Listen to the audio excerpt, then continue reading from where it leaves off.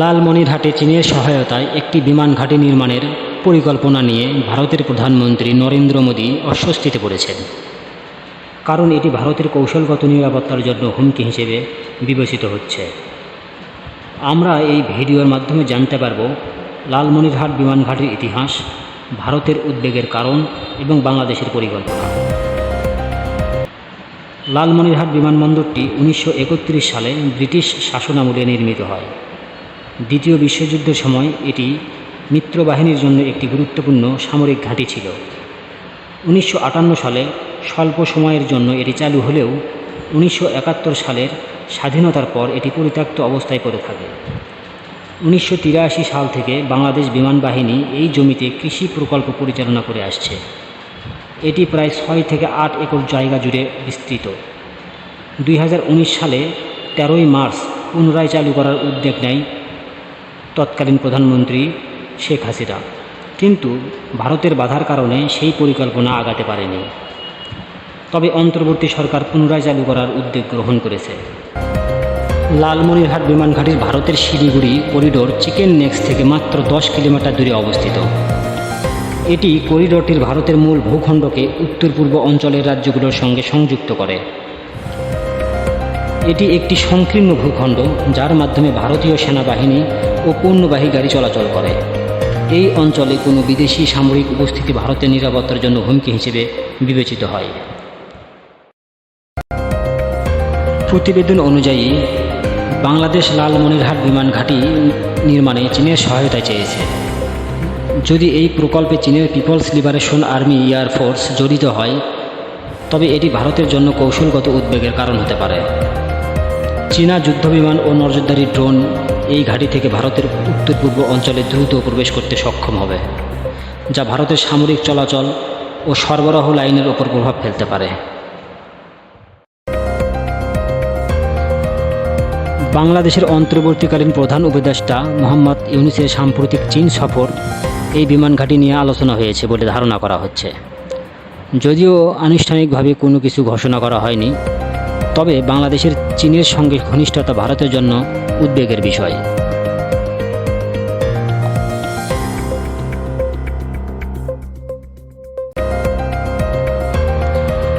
ভারত মনে করছে লালমনিরহাটে চীনা সামরিক অবকাঠামো স্থাপিত হলে এটি ভারতের উত্তর পূর্ব অঞ্চলে গোয়েন্দা নজরদারি ও সামরিক কার্যক্রম পরিচালনার জন্য একটি সুবিধাজনক স্থান হয়ে উঠতে পারে।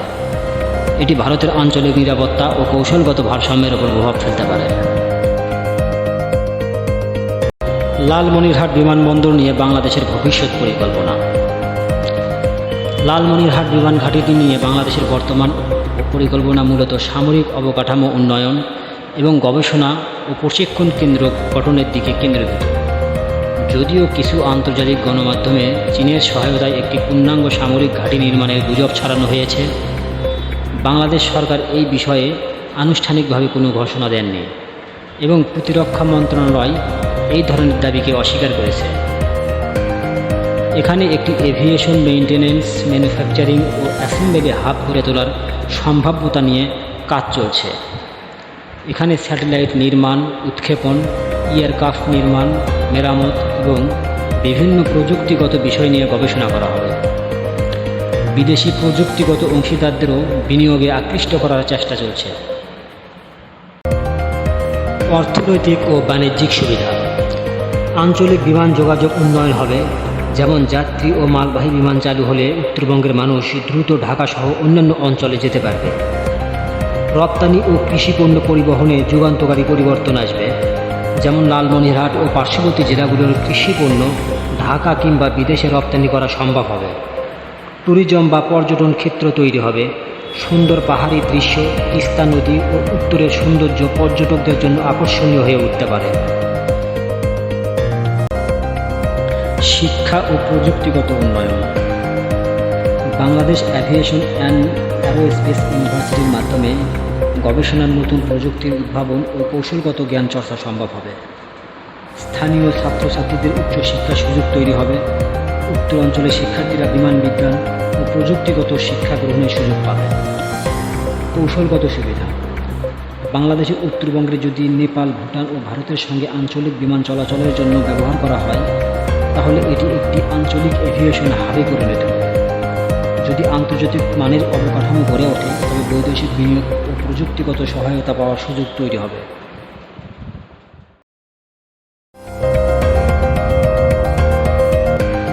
ভারতের সঙ্গে কূটনৈতিক টানাপোড়েন তৈরি হতে পারে যদি ঘাঁটিতে চীনা সংশ্লিষ্টতা বাড়ে। আন্তর্জাতিক রাজনীতিতে ভারসাম্য বজায় রেখে চলতে হবে, যাতে কোনো দেশের প্রতি অতিরিক্ত নির্ভরতা তৈরি না হয়।